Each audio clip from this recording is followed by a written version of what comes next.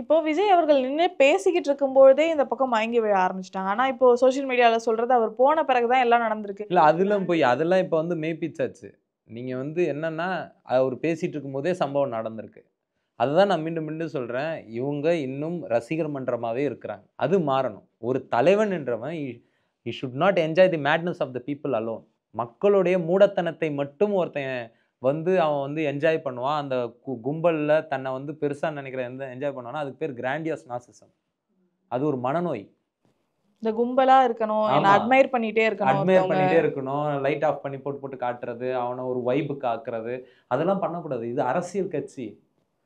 மக்களுடைய ஆதரவ திரட்டுறதுக்கு, அவங்க கஷ்டங்கள மக்களோட ஆதரவு கேட்கறதுக்கு. திரட்டுறதுக்கு, கஷ்டத்த கேட்கறதுக்கு, நீங்க வீதி வீதியா போணும். இல்லந்தோறும் போணும். திண்ணை திண்ணையா போணும். கிராமந்தோறும் போணும். பொதுக்கூட்டம் நடத்துங்க. தெருமுனை கூட்டம் நடத்துங்க.